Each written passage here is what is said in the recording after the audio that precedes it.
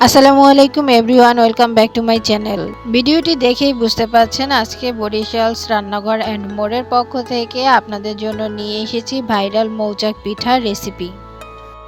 অনেকের কাছ থেকেই শুনেছি যে এই মৌচাক পিঠাটি বানাতে গিয়ে 3 থেকে 4 বারের মতো ব্যর্থ হয়েছে। তারপরও আমি সাহস করে এই মৌচাক পিঠাটি বানালাম এবং প্রথমবারেই সফল হয়েছি। পুরো ভিডিওটি কোনো রকম স্কিপ না করে মনোযোগ দিয়ে দেখবেন।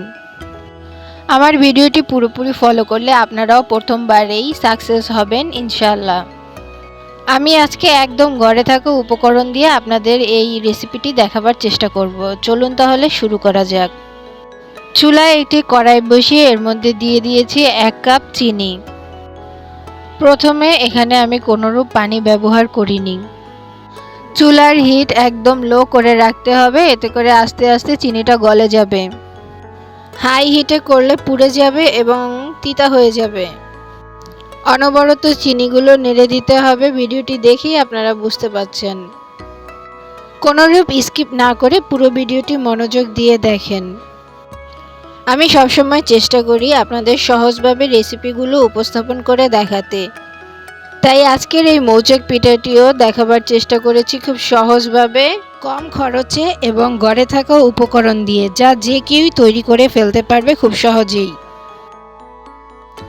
দেখুন আমার চিনিগুলো গলে যাওয়া শুরু করেছে। এ পর্যায়ে একদম অনবরত নেড়ে চেড়ে সবগুলো চিনি গলিয়ে নিতে হবে। নিত্য নতুন এরকম ট্রেন্ডিং সব রেসিপি পেতে অবশ্যই আমাদের চ্যানেলটি সাবস্ক্রাইব করে পাশে থাকা বেল আইকনটি বাজিয়ে দিবেন, তাহলে আমার ভিডিওর নোটিফিকেশন আপনার ফোনে যাবে সবার আগে। আর যারা এর আগেই সাবস্ক্রাইব করে ফেলেছেন তাদেরকে অসংখ্য ধন্যবাদ।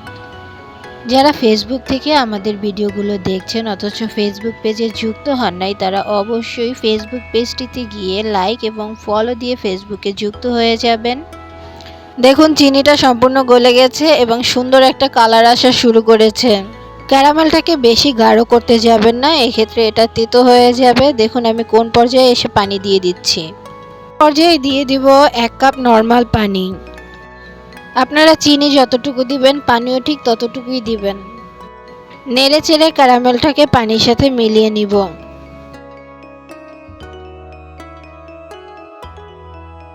ক্যারামেলটিতে বলক আসলে চুলাটা নিভিয়ে দিব। চুলাটা নিভিয়ে দিয়ে এর মধ্যে দিয়ে দিব 1 টেবিল চামচ তেল। তেল দিয়ে একটু নেড়ে দিব। এরপর এটিকে ঢেকে বন্ধ চুলার উপরে রেখে দিব।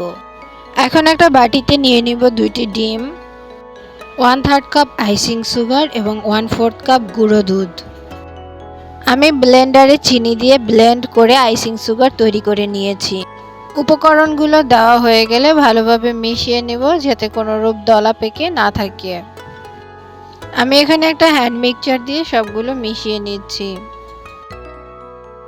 দিয়ে দিব 1.5 চা চামচ বেকিং সোডা, সামান্য লবণ। লবণ আপনারা আপনাদের স্বাদ অনুযায়ী দেবেন।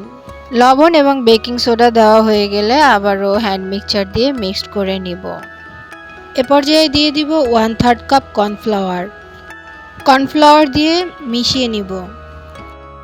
কর্নফ্লাওয়ার মিক্সড করা হয়ে গেলে এর মধ্যে দিয়ে দিব প্রায় 1 কাপ ময়দা। ময়দা অবশ্যই কর্নফ্লাওয়ারের ডাবল হতে হবে, অর্থাৎ ময়দা যতটুকু নেবেন তার অর্ধেক কর্নফ্লাওয়ার নেবেন। ময়দাগুলো ভালোভাবে মিশিয়ে নিতে হবে যাতে কোনো রূপ দলা পেকে না থাকে। ময়দাগুলো ভালোভাবে মেশানো হয়ে গেলে আগে থেকে যে ক্যারামেলের পানিটা তৈরি করে রেখেছিলাম এটা এর মধ্যে দিয়ে দিব। ক্যারামেলটা যেন অবশ্যই কুসুম গরম থাকে, এজন্য আপনি চুলার উপরে রেখে দিলে চুলা বন্ধ করে তাহলে এটা গরম থাকবে। ক্যারামেলটা ব্যাটারের সাথে ভালোভাবে মেশানো হয়ে গেলে এর মধ্যে দিয়ে দিব 2 টেবিল চামচ তেল। তেল দিয়ে আবার ভালোভাবে মিশিয়ে নিব।